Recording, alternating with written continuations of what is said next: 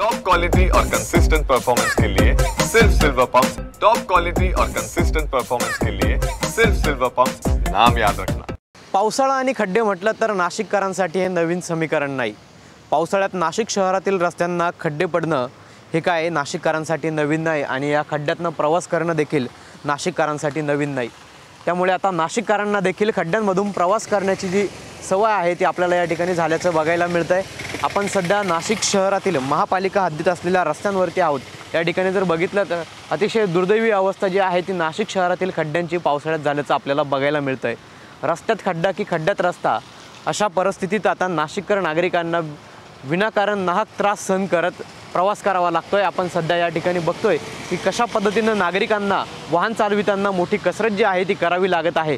साचलेल्या पाण्यातून खड्ड्यातून वाट काढत आपल्याला नागरिक या ठिकाणी प्रवास करत असल्याचं बघायला मिळत आहे।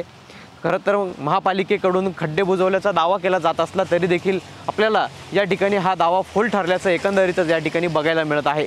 त्यामुळे नाशिककर आणि खड्डे त्यांचं हे समीकरण पावसाळ्यात नवीन नाही आणि त्यांना देखील अशा खड्ड्यातनं कसरत करून प्रवास करणं देखील नवीन नाही। कॅमेरा पर्सन आकाश येवलेसह पवन येवले, TV9 मराठी, नाशिक।